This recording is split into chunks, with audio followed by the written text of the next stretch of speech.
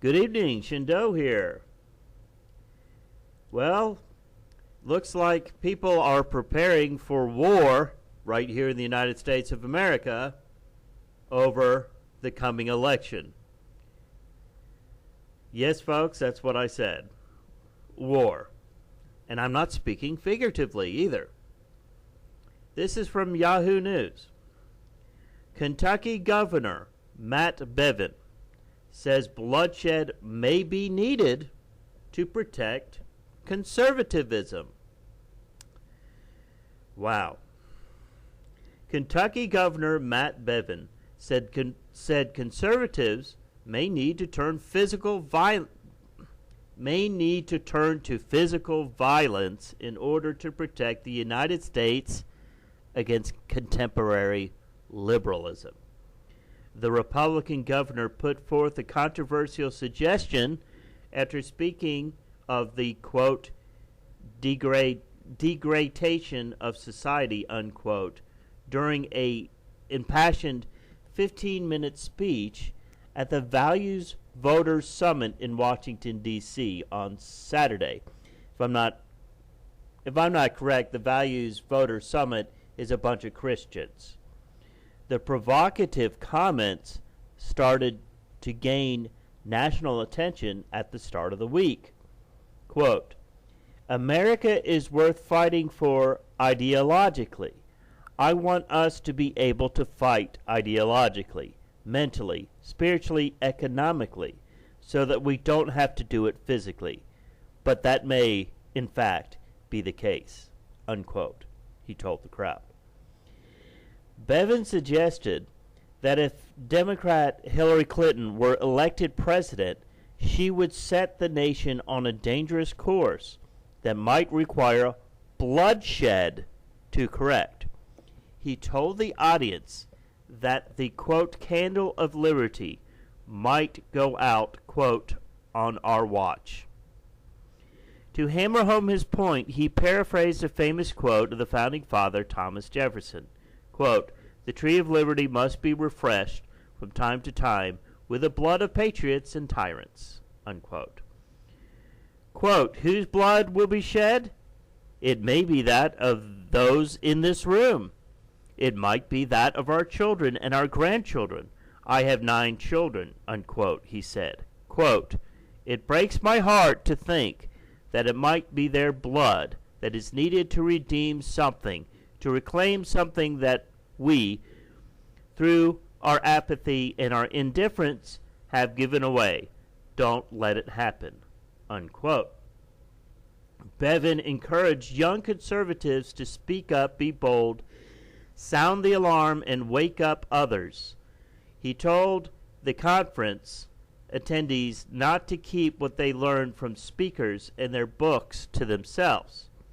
According to Bevin, too many people these days are following the example of former British Prime Minister Neville Chamberlain, who infamously tried to appease Adolf Hitler and promised, quote, peace in our time, unquote, as opposed to his successor, William Churchill, who is widely celebrated for understanding and combating the threat of Nazism.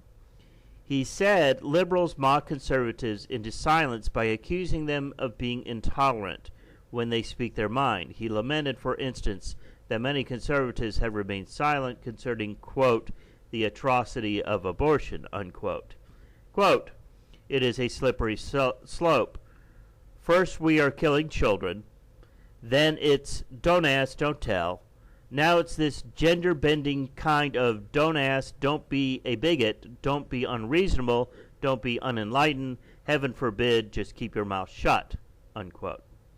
On Friday, at a banquet in Washington, D.C., Bevin was awarded the Distinguished Christian Statesman Award from the D. James Kennedy Center for Christian Statesmanship, a ministry of evangelism exposition international.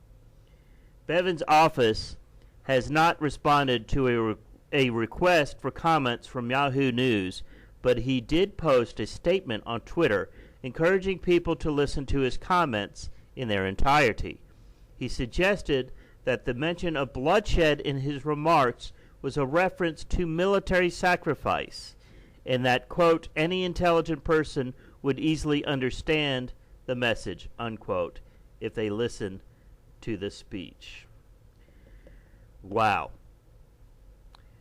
Those of you who still aren't quite getting the kind of people that are supporting Trump and putting Trump in, these kind of Christians, folks, are you still not getting it?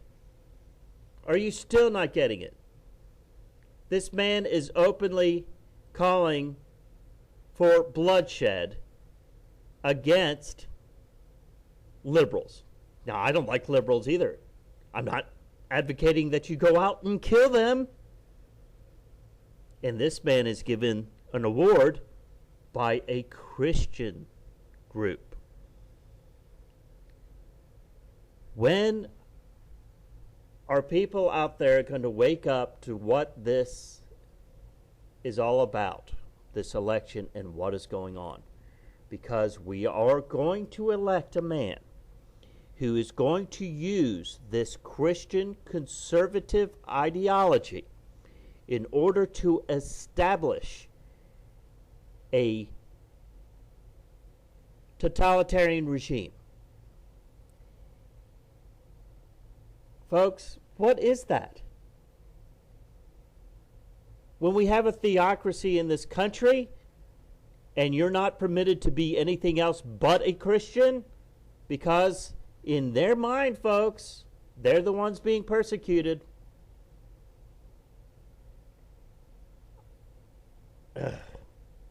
I'm not surprised.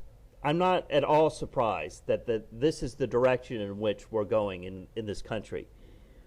And to think that the only thing that's going to stop it is Hillary Clinton? Really? Folks, not going to happen. I suggest to anyone out there who's not a Christian, and there's lots of them, or who are reasonable enough, even as a Christian, to see where this is wrong and where some voting and putting in a man who is as far from Christian as East is from West, Donald John Trump. Any of you Christians out there who can figure that out, and there are a few of you, I guess.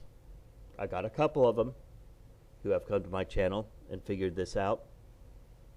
But I assure you, if you're not a Christian, in the next few years after Donald John Trump becomes dictator-in-chief of this country, you will be in a place, in a very desperate and dark place. You will be, folks. Those of you who are not paying attention will be. Those of you who refuse to believe that we are living in the end of this age, wake up. This is scary business, and this is real business. And this is Shindo. You have a good day.